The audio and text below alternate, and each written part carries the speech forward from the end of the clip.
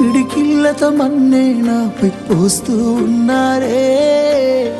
తలువాలు ఒడి బియ్యాలు నువ్వోసుకోవే. ఈ మన్ను పరుపులనే పడుకుంటున్నానే. ఆ పూల పరుపులను హాయిగా నిదరోవే. పైసా పైసా అన్నాడు గదనే నిన్ను గన్న నాన్న. ఆఖరికి కురిసేది ఆటన సిక్కల ఆనా. పరుగు పరుగు అంటూ తీస్తిరి గదనే పరుగు. పానం పోయినంక మోగేదే డప్పుల దరువు. ఉండదనికే హాని పిల్ల పాపాలతోని హాయిగా బతుకేను వందేళ్ళు.